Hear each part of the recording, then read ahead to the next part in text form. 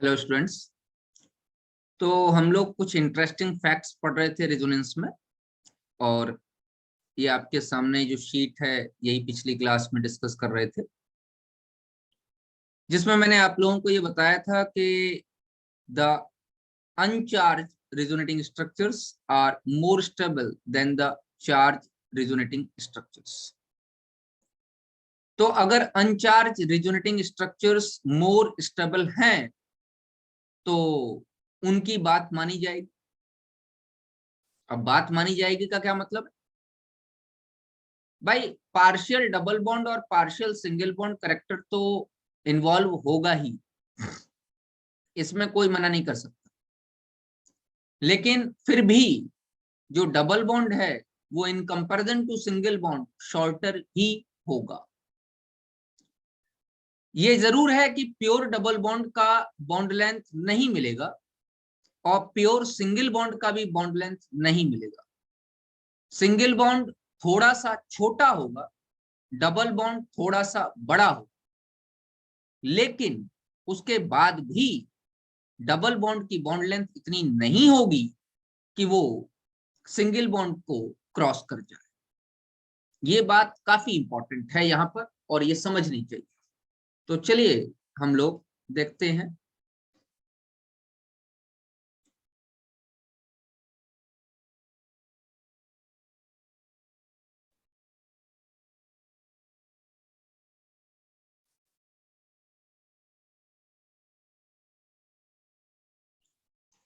तो एक एग्जाम्पल ले रहे हैं बेटे हम, देखिए वही वाला एग्जाम्पल ले लेते हैं।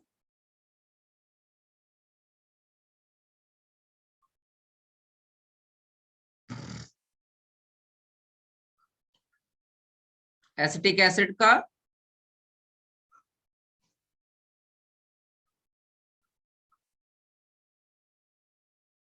O पर नेगेटिव, डबल बॉन्ड OH, इस पे पॉजिटिव। ये स्ट्रक्चर मोर स्टेबल है और ये स्ट्रक्चर लेस स्टेबल।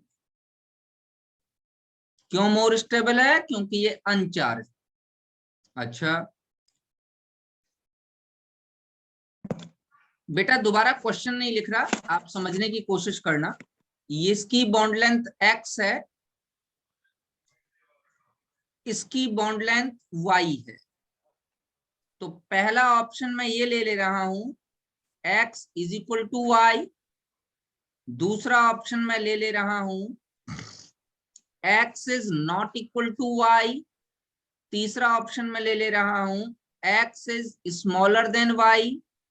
और चौथा ऑप्शन मैं ले रहा हूं कि both B and C are correct. अब ध्यान से देखिए, जो मोर स्टेबल है उसका कंट्रीब्यूशन ज्यादा होगा, तो मान लेते हैं कि इसका, ये सिर्फ एज्यूम करेंगे अपने आप, इसमें कोई परसेंटेज अपने कहीं से निकाली नहीं जाएगी, अपने आप एज्यूम करेंगे। तो मोर स्टेबल में मान लेता हूं 70% कंट्रीब्यूशन, लेस स्टेबल का 30% कंट्रीब्यूशन। तो सारी बातें उसकी मानी जाएंगी जो मोर स्टेबल। मोर स्टेबल में x डबल है और y सिंगल बॉन्ड है, तो x छोटा होगा, y बड़ा होगा। बात समझ में आ रही है नहीं आ रही? आंसर बताइए। अजय का आंसर सही है, अजय का आंसर आ गया।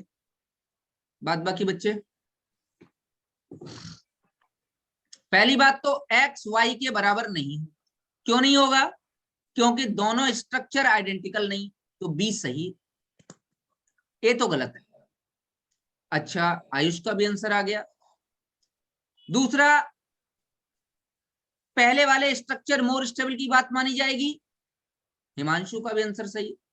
मोर स्टेबल की बात मानी जाएगी तो मोर में एक्स डबल बॉन्ड है, प्योर डबल तो नहीं होगा लेकिन फिर भी डबल बॉन्ड है, तो वाई से छोटा ही रहेगा, तो x will be smaller than y. ये भी बात सही है। अंशिका का भी आंसर आ, तो your correct answer will be option number D, both B and C are correct. चलिए निखिल, आपका आंसर नहीं आया मेरे बच्चे।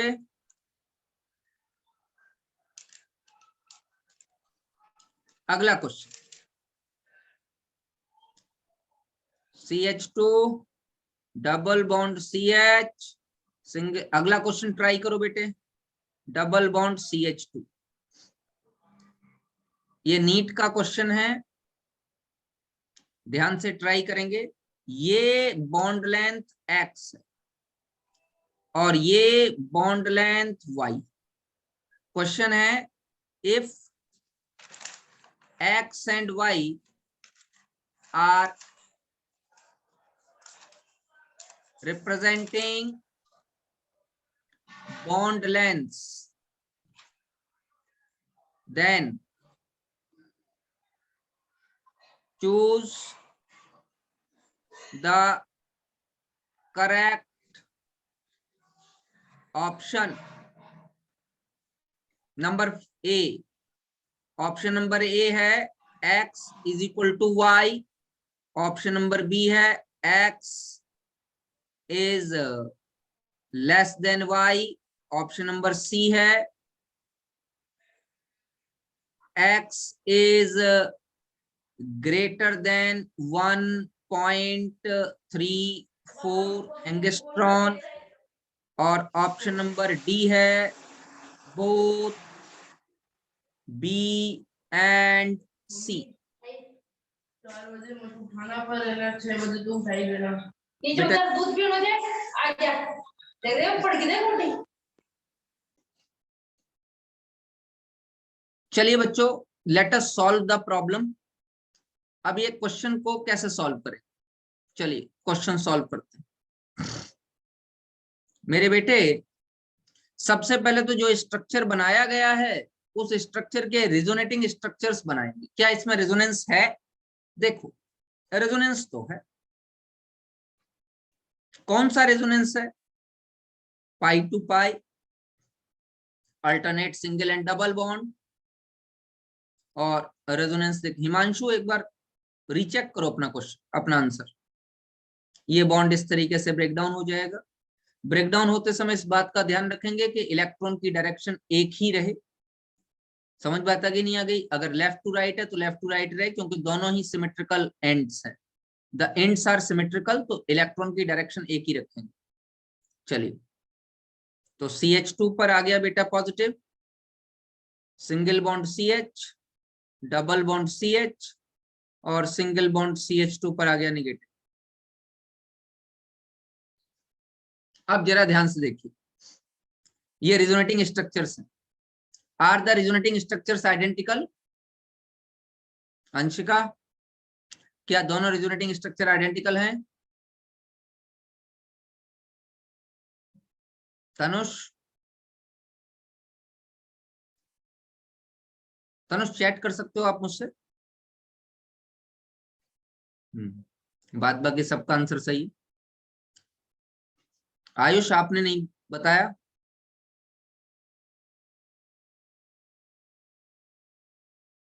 मैं चैट बॉक्स में देख रहा हूं, तनुष का भी आंसर सही है। आयुष, आपका आंसर नहीं आएगा, मैं आगे बढ़ूंगा नहीं। क्या रिजोनेटिंग स्ट्रक्चर आइडेंटिकल हैं? मैं कोई क्वेश्चन पूछ ही नहीं रहा, मैं सिर्फ इतना पूछ रहा हूं, क्या रिजोनेटिंग स्ट्रक्चर आइडेंटिकल हैं? यस और नो? ध्यान से देखो, इस रिजोनेटिंग स्ट्रक्चर में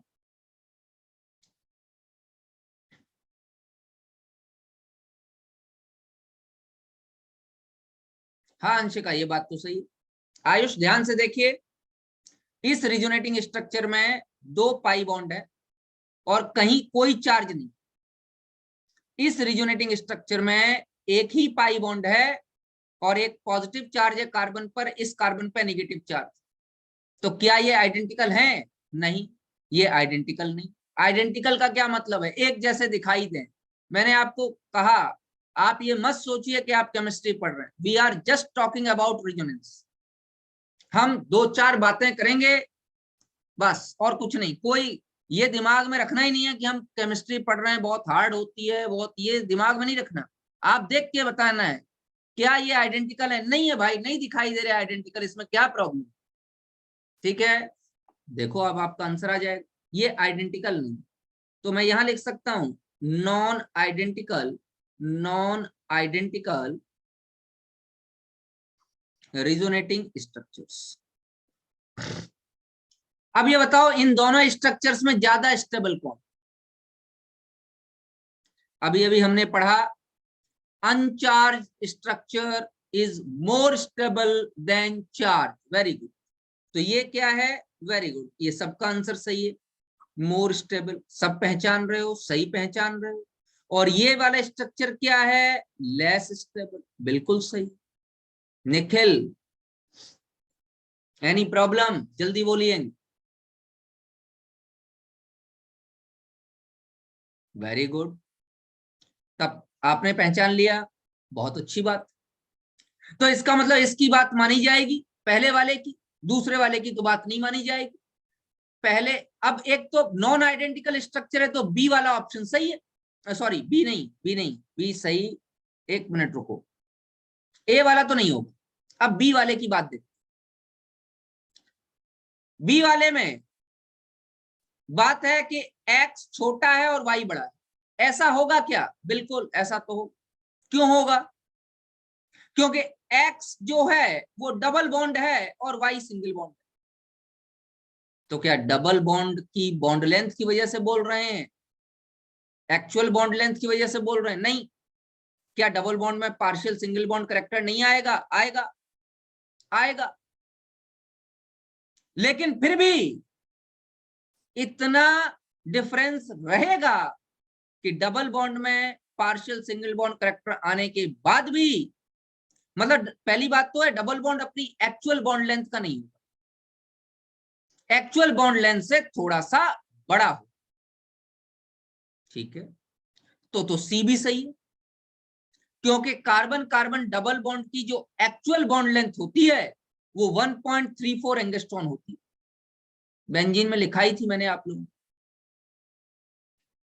कार्बन कार्बन डबल बॉन्ड की एक्चुअल बॉन्ड लेंथ 1.34। मैं यहां रख देता हूं एक्चुअल बॉन्ड लेंथ, जब रिजोनेंस नहीं है तो कार्बन कार्बन डबल बॉन्ड होता है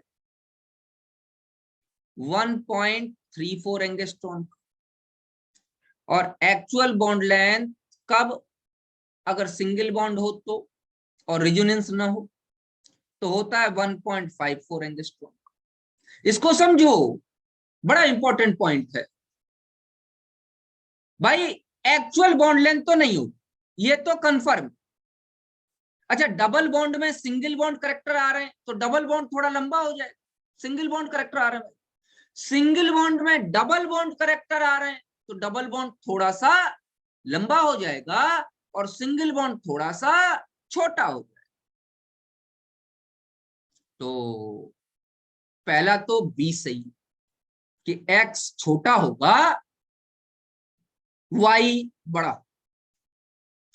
दूसरा सी सही है कि x 1.34 नहीं होगा, उसमें सिंगल बॉन्ड करेक्टर आ जाएंगे तो x डबल बॉन्ड की एक्चुअल बॉन्ड लेंथ से थोड़ा सा बड़ा हो। तो what will be your correct answer? Your correct answer is option number B. Clear? Ajay, वैसे अजय का आंसर पहले ही आ गया था। चलिए अगला क्वेश्चन, अगला रूल लिखाता हूं बेटे आप लोगों को। रूल को ध्यान से देखिए, हम लोग रूल की बात कर रहे हैं। अगला रूल किसके रिगार्डिंग रूल लिखा रहा हूं? रूल लिखा रहा हूं मोर स्टेबल कैसे पहचाने, how to identify more stable resonating structure, जिसमें पहला रूल मैंने लिखाया कि अनचार्ज ज्यादा स्टेबल है इन कंपैरिजन टू चार्ज। अब दूसरा रूल क्या कहता है? दूसरा रूल कहता है the resonating structure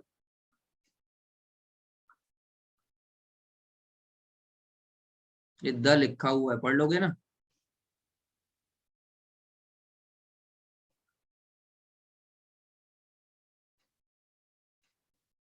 the resonating structure having greater number of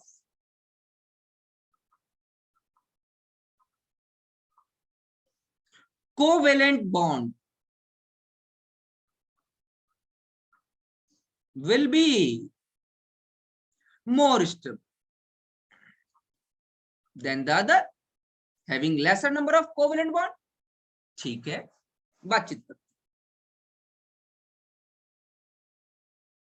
कहीं कोई कॉन्साइड नहीं करना चाहिए रूल, ये बात ध्यान रखना। दो रिजोनेटिंग स्ट्रक्चर ये आपने निकाले थे या नहीं निकाले थे?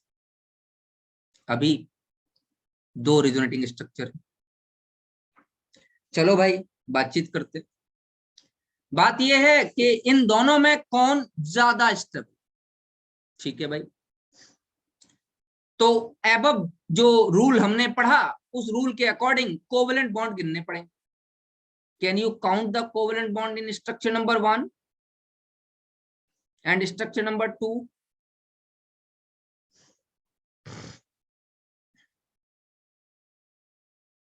तनुष, आपके आंसर्स जितने भी आपने दिए सारे सही दिए, बढ़िया काम है। तो आप भी काउंट करो बेटे, अब तक तो आपने आंसर्स ठीक ठाक ही दिए, आंसर कोई गलत नहीं है आपका, तो रेजोनेंस के बारे में जानकारी तो है आप।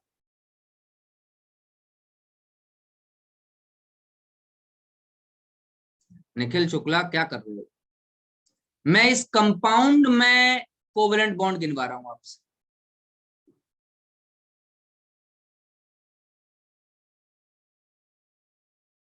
अंशिका, मुझे कोवेलेंट बॉन्ड चाहिए।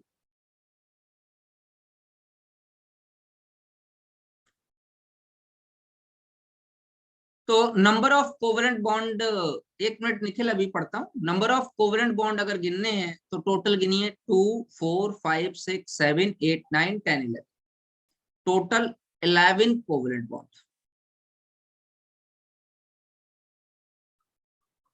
ठीक है भैया, और अगर इसमें गिना जाए तो 2 3 4 5 6 7 8 9 10, total 10 covalent bond.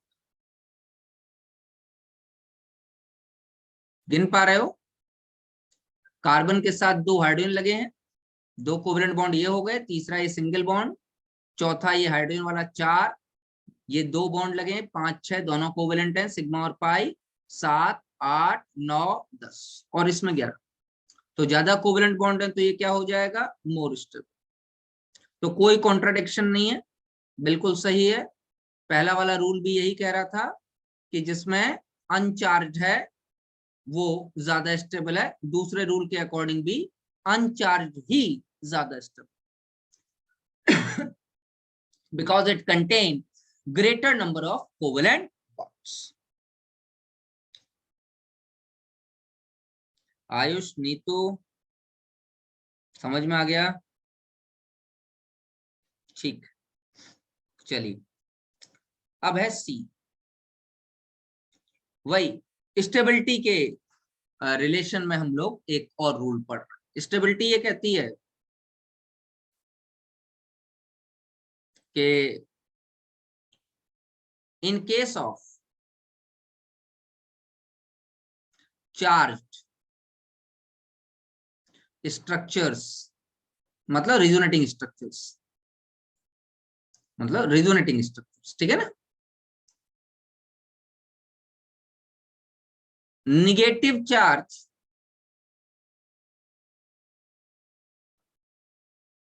on more electronegative atom and positive charge on more electropositive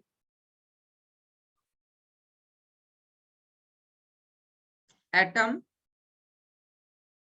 makes it more stable. सीधी सीधी बात है, समझिए, बहुत आसान सा फैक्ट है। कहना ये चाह रहा है कि अगर ज्यादा इलेक्ट्रोनेगेटिव एटम है तो उस पर नेगेटिव चार्ज आना चाहिए, और जो इलेक्ट्रोपॉजिटिव एटम है उस पर पॉजिटिव चार्ज आना चाहिए। मतलब अगर इसका रिवर्स हो गया तो अनस्टेबल हो जाए। Oxygen, nitrogen, chlorine, fluorine, bromine, iodine, इन पर पॉजिटिव चार्ज नहीं आना चाहिए। इलेक्ट्रोपॉजिटिव एटम पे पॉजिटिव चार्ज आना चाहिए, इलेक्ट्रोनेगेटिव एटम पे पॉजिटिव चार्ज का कोई काम नहीं। बोलो भाई, एग्जाम्पल देखिए।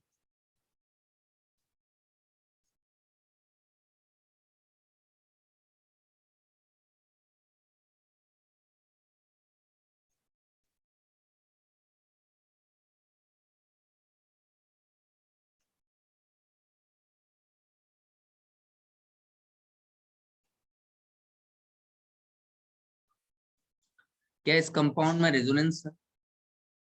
कंपाउंड नहीं है, आयन है। क्या इस आयन में रेजोनेंस है? Will the species will show resonance?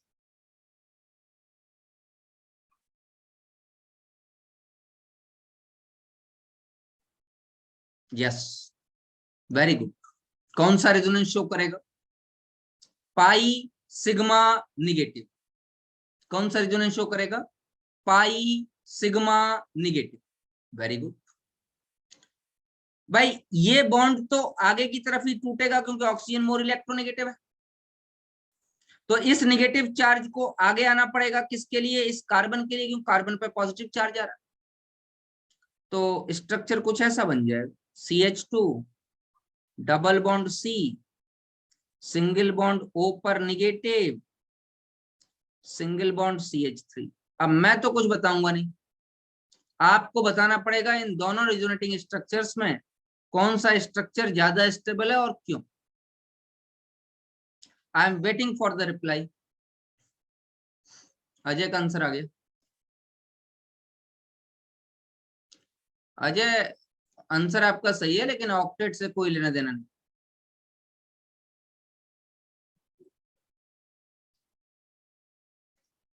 Himanshu, आपका रीजन क्या है?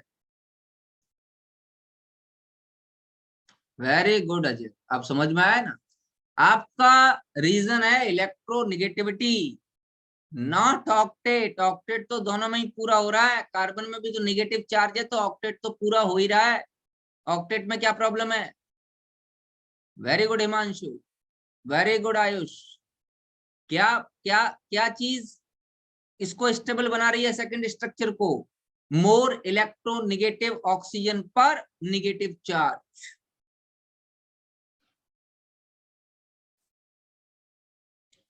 देखता हूं देखता हूं देखता हूं। हाँ, इसका मतलब सबसे पहले आंसर अंशिका ने दिया था। ठीक ठीक ठीक ठीक ठीक ठीक। Very good, very very good. इसका मतलब समझ में आने लगा बेटा। मैं बहुत खुश हूं, आप सब लोगों को रेजोनेंस समझ में आने लगा, इससे अच्छी कोई बात नहीं हो सकती। तनुष, आपको समझ में आया? आपका आंसर क्या है, फर्स्ट या सेकंड? कौन ज्यादा स्टेबल है?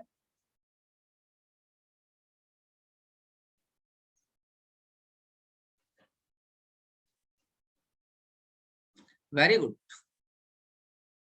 इस बच्चे के आंसर सही है सारे के सारे। गुड।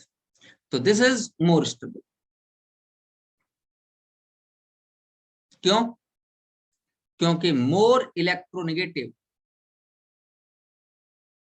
ऑक्सीजन हैज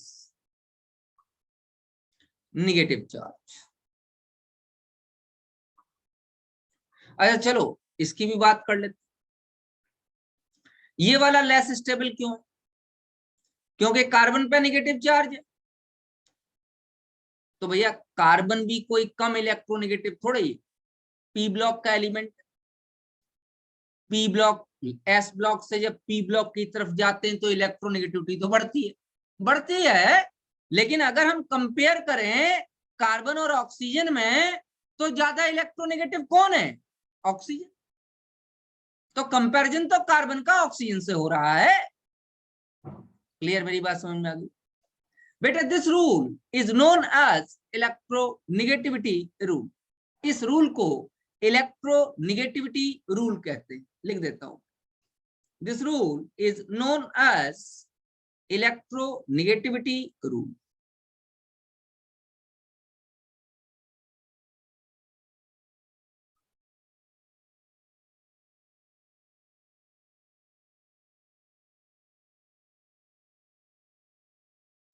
और अब मैं आपको फंसाने जा रहा हूं।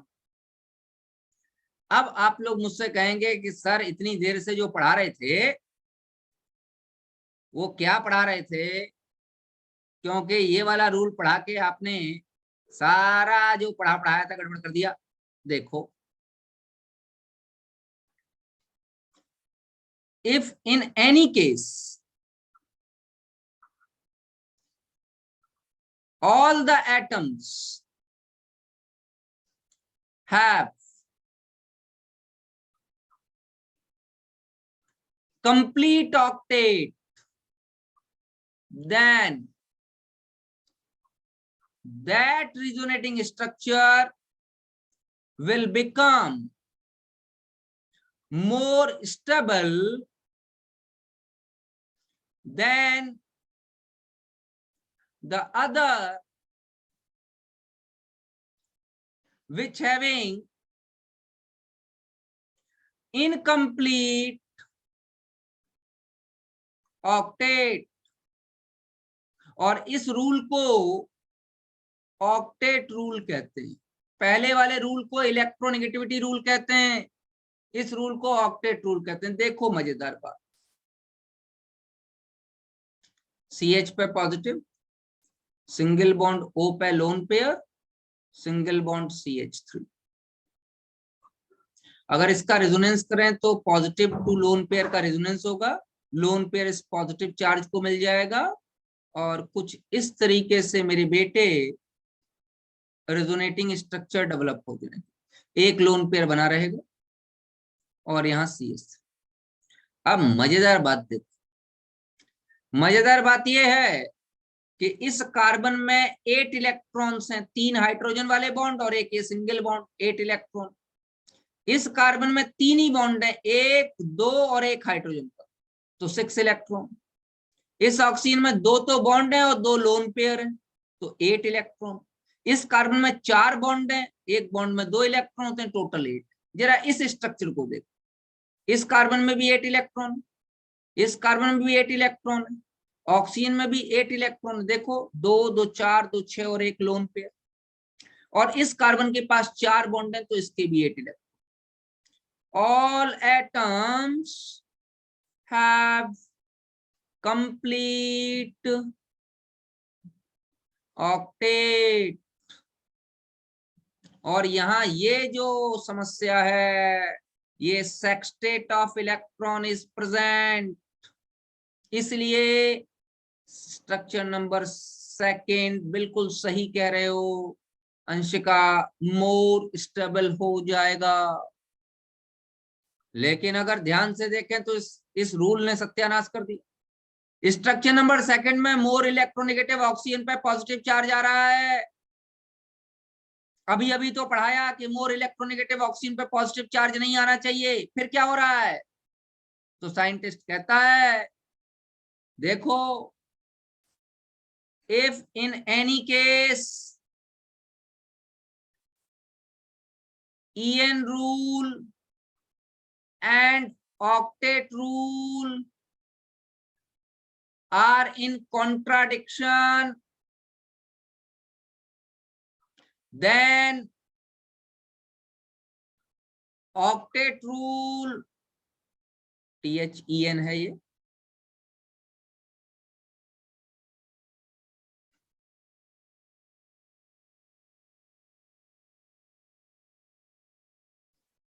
then octet rule is preferred अगर EN रूल और ऑक्टेट रूल में कोई कॉन्ट्राडिक्शन आए तो ऑक्टेट रूल ही प्रिफर करेंगे। बोलो भैया, क्लियर हो गया? मेरे हिसाब से जो भी क्वेश्चंस थे आप लोगों के, वो डाउट क्लियर हो गए। बोलो भाई। ये मैंने आज आपको कुछ रूल्स पढ़ाए जो जो है रेजोनेंस के लिए इंपॉर्टेंट है। अभी बेटा इसके काफी सारे और रूल्स हैं, नेक्स्ट क्लास में हम लोग और भी रूल्स को डिस्कस करेंगे। तो मेरे हिसाब से